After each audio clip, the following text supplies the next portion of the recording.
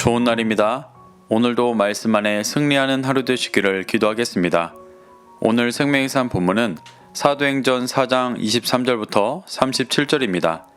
오늘 본문에서는 23절부터 31절에서 석방된 베드로와 요한을 통해 신문당한 이야기를 듣고 한 마음으로 기도하고 성령 충만하여 말씀을 전하는 초대교회의 모습이 나옵니다. 32절부터 37절에서는 교회 공동체의 모든 것을 함께 나누는 모습이 나옵니다. 이 구절들을 통해 하나님께서 무엇을 말씀하시는지 한 절 한 절 살펴보도록 하겠습니다. 23절입니다. 사도들이 노임에 그 동료에게 가서 제사장들과 장로들의 말을 다 알리니 유대 종교 지도자들에게서 석방된 베드로와 요한은 동료들에게 가서 제사장들과 장로들이 했던 말들을 전했습니다. 그 말은 성령의 역사와 베드로가 예수 그리스도의 부활과 복음을 변증한 것에 반박하지 못하고 그 복음을 전하지 못하게 협박했던 말이었습니다. 이것은 동료들로 하여금 복음을 더 확신하게 하였고 협박에 대항하여 더 합심하여 기도하고 진리를 전하게 하였습니다. 24절부터 26절입니다. 그들이 듣고 한 마음으로 하나님께 소리를 높여 이르되 대주제여 천지와 바다와 그 가운데 만물을 지으신 이시요 또 주의 종 우리 조상 다윗의 입을 통하여 성령으로 말씀하시기를 어찌하여 열방이 분노하며 족속들이 허사를 경영하였는고 세상의 군왕들이 나서며 관리들이 함께 모여 주와 그의 그리스도를 대적하도다 하신 이로소이다. 누가는 한 마음이라는 표현을 반복해서 사용합니다. 이는 교회 공동체가 육신의 소욕이 죽고 성령 안에서 같은 말을 하는 진정한 제사장 나라 공동체임을 보여주는 것입니다. 바울은 육신이 죽지 않고 교회를 여러 파로 나누며 분열시키는 고린도 교회에게 고린도전서 1장 10절에서 분쟁 없이 같은 말, 같은 마음, 같은 뜻으로 온전히 합하라고 권면했었습니다. 예수 그리스도께서 머리 되시고 성령님께서 인도하셔서 같은 것을 말하는 진정한 제사장 나라 공동체인 교회를 도전하고 있는 것입니다. 누가는 예루살렘에서 일어나고 있는 초대교회가 진정한 제사장 나라 공동체인 것을 표현하고 있는 것입니다. 이들은 성령의 감동 아래 한 마음으로 소리 높여 만물을 지으신 하나님을 찬양하고 다윗이 시편 2편 1절부터 2절을 통해 예언했던 세상의 군왕들과 관리들로 하여금 그리스도께서 대적당하시는 모습을 고백합니다. 이는 예수 그리스도께서 고난받으시고 자신들도 고난받고 있는 모습이 이미 말씀에서 예언된 것이고 진리가 세상의 권력자들에게 받는 대우임을 말하며 현실을 두려워하지 않고 그리스도의 길을 쫓는 것을 다짐하고 있는 것이었습니다. 25절에서 열방이 분노하며에서 분노하다의 원어가 프리아소로 거만하다라는 뜻입니다. 또 허사를 경영하였다는 것의 원어는 케노스 멜레타우로 공허한 것을 도모하다라는 뜻입니다. 이 모습들이 예수 그리스도의 진리를 받아들이지 못하고 거만하고 공허한 것만 쫓고 있는 이 세상의 군왕들과 관리들의 모습이었습니다. 그리고 이후 구절들에서 이들이 누구인지를 설명합니다. 27절부터 28절입니다. 과연 헤롯과 본디오 빌라도는 이방인과 이스라엘 백성과 합세하여 하나님께서 기름 부으신 거룩한 종 예수를 거슬러 하나님의 권능과 뜻대로 이루려고 예정하신 그것을 행하려고 이 땅에 모였나이다. 27절에서 나오는 헤롯, 본디오 빌라도, 이방인, 이스라엘 백성들은 26절에서 시편을 인용해 말했던 주와 그리스도를 대적하고 있는 세상의 군왕들과 관리들을 말합니다. 헤롯은 유대인이 아니라 에돔인이었지만 로마의 로비를 하여 이스라엘 땅을 통치하게 된 왕이었습니다. 그래서 혈통을 중시하는 유대인들에게는 인정받지 못하는 자였습니다. 그리고 본디오 빌라도는 유대의 반란이 일어나는 지역을 로마에서 직접 통치하기 위해 보낸 총독이었습니다. 그렇기 때문에 그는 원래 그 지역을 통치하던 헤롯 과문과는 사이가 좋을 수가 없었고 이방인을 경계하는 유대인들과도 사이가 좋을 수 없었습니다. 27절에서 언급되는 이들은 서로가 사이가 좋을 수가 없는 사이였지만 진리를 전하시는 예수님의 거스르기 위해 모인 자들이었습니다. 누가는 이 모습을 28절에서 하나님께서 구약에서부터 권능과 뜻대로 이루려고 예정하신 일을 행하시기 위해 모이게 하셨다고 표현합니다.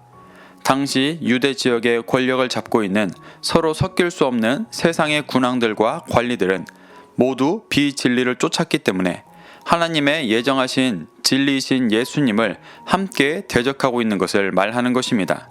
이것을 고백하고 있는 이유는 이 모든 고난이 하나님께서 이 땅에 진리가 전해지게 하시기 위해 계획하신 일이기 때문에 두려워할 일이 아니라는 것을 말하기 위함이었습니다.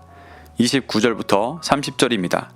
주여, 이제도 그들의 위협함을 굽어보시옵고 또 종들로 하여금 담대히 하나님의 말씀을 전하게 하여 주시오며 손을 내밀어 병을 낫게 하시옵고 표적과 기사가 거룩한 종 예수의 이름으로 이루어지게 하옵소서 하더라.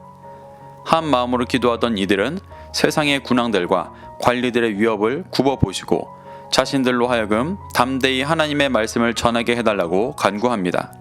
굽어봐 달라는 것은 이미 하나님께서 다 계획하신 일이니 자신들을 보호하시며 진리의 말씀을 전할 수 있도록 인도해 달라는 간구였습니다.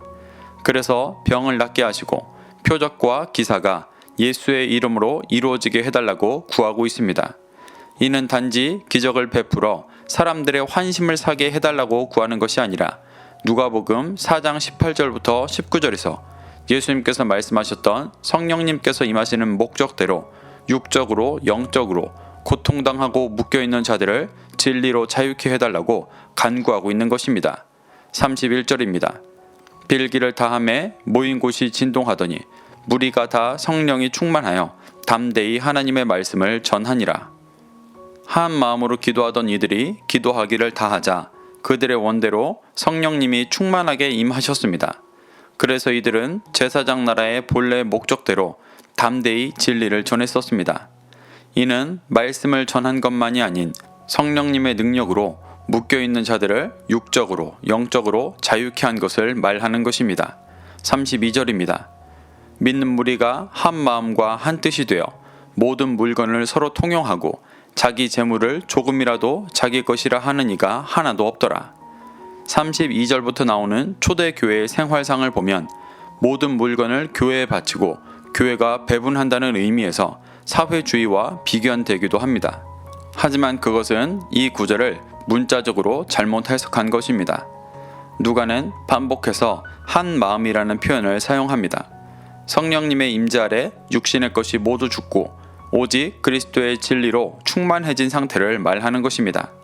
믿는 무리가 모든 물건을 서로 통용하고 자기 재물을 조금이라도 자기 것이라 하는 이가 없었다는 것은 성령님의 임재 아래 한 마음 한 뜻으로 살아가는 모습을 표현하는 것입니다. 모든 물건이라고 번역된 부분의 원어를 보면 물건이라는 단어는 없고 단지 모든 것이라는 뜻의 하파스가 쓰였습니다. 이 부분을 원어 그대로 직역하면 그에게 있는 모든 것을 자신에게 속하여 있도록 아무도 말하지 않았다입니다. 이는 본질적으로 물건에 대한 것이라기보다 자신의 생각, 철학을 주장하지 않고 그리스도의 진리만을 나누는 모습을 말하는 것입니다. 또 자기 재물도 원어를 보면 그것이라고만 쓰였습니다. 그 앞에 모든 물건이라고 번역했기 때문에 자기 재물로 번역한 것이지만 이 역시 자신의 생각과 철학을 말하는 것입니다. 이 모든 자신의 것을 내려놓고 오직 그리스도의 진리만을 나누고 있는 모습이 앞서 말한 한마음 한뜻으로 살아가는 모습임을 표현하고 있는 것입니다. 33절부터 35절입니다. 사도들이 큰 권능으로 주 예수의 부활을 증언하니 무리가 큰 은혜를 받아 그 중에 가난한 사람이 없으니 이는 밭과 집 있는 자는 팔아 그 판 것의 값을 가져다가 사도의 발 앞에 두매 그들이 각 사람의 필요를 따라 나누어 줌이라. 이 구절에서 사도들이 전하는 복음을 듣고 은혜를 받은 자들이 밭과 집을 팔아 사도들 발 앞에 두었기 때문에 그 앞선 구절에서도 문맥상 물건과 재물을 통용하고 주장하지 않았다고 번역했었을 것입니다. 이들이 밭과 집을 팔아 사도의 발 앞에 둔 것은 어려운 사람을 구제하고 공동생활을 하는 것이 진짜 목적이 아니라 진리를 나누는 일을 위해 자기를 부인하고 한 마음으로 행한 일인 것이 중요한 것입니다.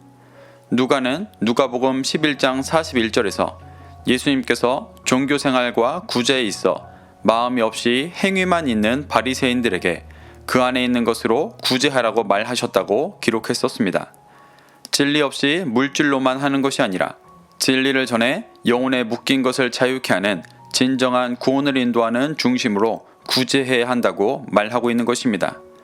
누가는 자신이 기록한 그 말씀의 연장선으로 초대교회 사람들이 단지 돈을 모아 어려운 사람을 도와준 것을 말하려는 것이 아니라 자기를 부인하고 한 마음으로 진리를 선포해 묶인 영혼들을 자유케 하는 일에 헌신하고 있는 모습을 표현하고 있는 것입니다.